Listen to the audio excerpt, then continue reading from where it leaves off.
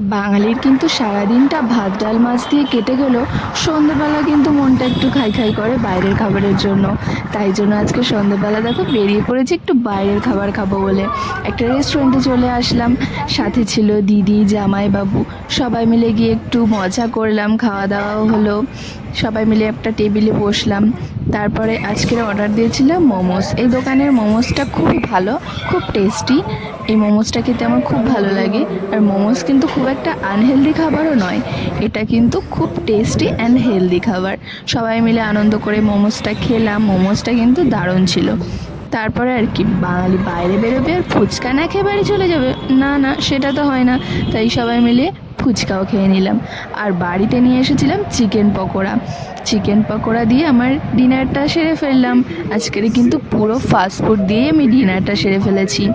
তারপরে একটা ক্যাম্পা খেয়ে নিয়ে খাবারটা হজম করে নিলাম। ভিডিওটা ভালো লাগলে অবশ্যই লাইক করবে। বাই।